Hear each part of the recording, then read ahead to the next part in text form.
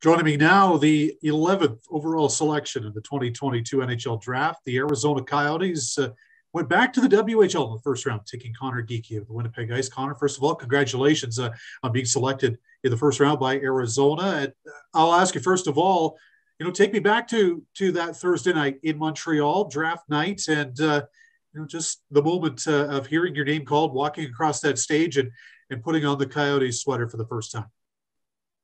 Yeah, it was pretty cool. It's a pretty surreal moment going through the whole thing. I'm very lucky to have my family there, and in Montreal, it's kind of a hockey city, I guess you could say. So, it's cool kind of going through the process, seeing all the trades happen and just being down on the floor as well. It certainly seemed like it was a pretty vibrant atmosphere in there, especially the night of round one. You talk about being a hockey city. I mean, did you get the sense that since it was the first time there was an in-person draft for 3 years, that maybe there was a little bit extra energy that night? Yeah, no, for sure. I mean, walking down, kind of going down to our seats, it was crazy. You see all these Canadians jerseys, considering they had the first overall pick as well. So, again, it was a lot of fun. Being a hockey fan myself, seeing the trades, it's all pretty cool. Tell you what, a couple of first-round picks from your junior club as well, with Matthew Savoy going 9th overall to the Buffalo Sabres. Pretty cool to share that moment with him. But, I mean, you look at the bigger picture too. Was it also cool to see a guy like Mikey Milne go in the third round to Minnesota? Yeah, no, for sure. I mean, me and Sav were sitting right close to each other, so it was a pretty special moment. But, seeing kind of what Mikey Milne's done, his whole WHL career, him getting a shot, I think he really deserved it.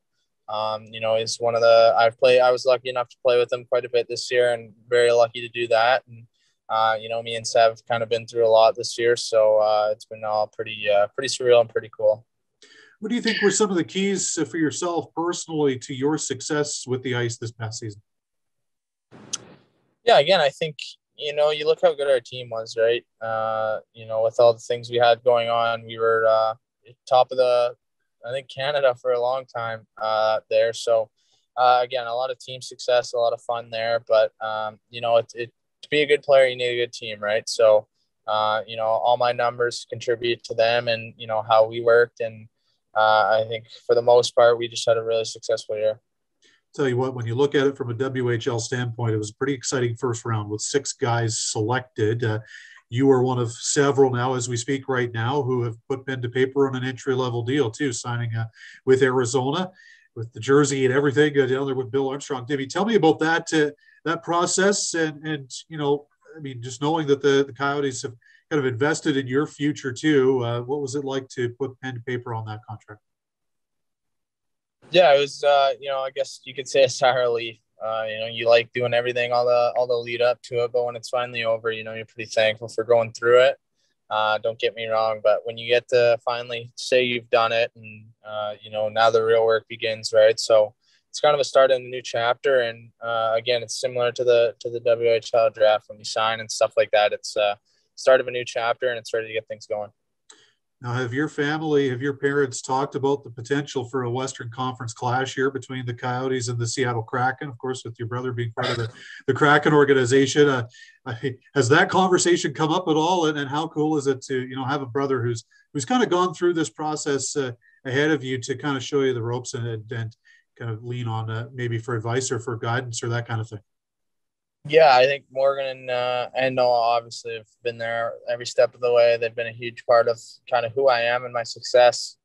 I wouldn't say we've talked about too much. I think for the most part, we've always kind of been chirping, when it comes to who's going to be better during the game and all that, who's going to score first, just little things like that. But again, I think it's more just excitement and having fun. And, maybe that opportunity comes sooner rather than later.